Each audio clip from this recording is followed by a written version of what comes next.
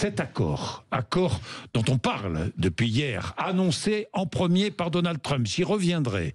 Cet accord a failli capoter dans la nuit, c'est l'information que vous nous donnez ce matin, Caroline Yadan. Alors absolument, moi j'ai eu une information cette nuit, comme quoi ça a failli capoter au dernier moment parce que le Hamas a voulu se rétracter et revenir notamment sur les points d'accord. Un point d'accord qui était le droit de veto accordé à Israël sur l'identité des architerroristes qui seront libérés dans le cadre de l'accord. Et le Premier ministre israélien a ordonné à l'équipe de négociateurs de ne rien céder sur ce point. Voilà. Sur ce point, donc c'est-à-dire qu'en fait, il faut rester. En fait, je pense que le message de ça, j'espère évidemment que cet accord va être conclu, mais le message c'est restons prudents jusqu'à la signature définitive d'un accord. On sait que jusqu'au dernier moment, tout est possible. Donc vraiment, restons dans cette prudence-là et ayons une pensée pour les familles des otages qui vivent actuellement. J'en ai rencontré beaucoup.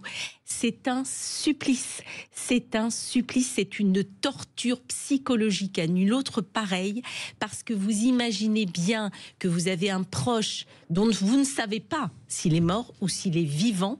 Vous avez un proche qui subit le pire comme otage.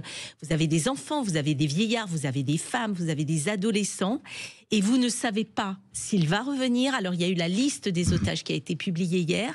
Mais cette liste des otages qui comporte 33 noms, on ne sait pas qui est mort, qui est vivant. Oui. Il y aurait un bruit qui circulerait comme quoi il y aurait quand même de nombreux morts dans cette liste-là. Dans cette liste, parmi les 33 otages, de nombreux morts.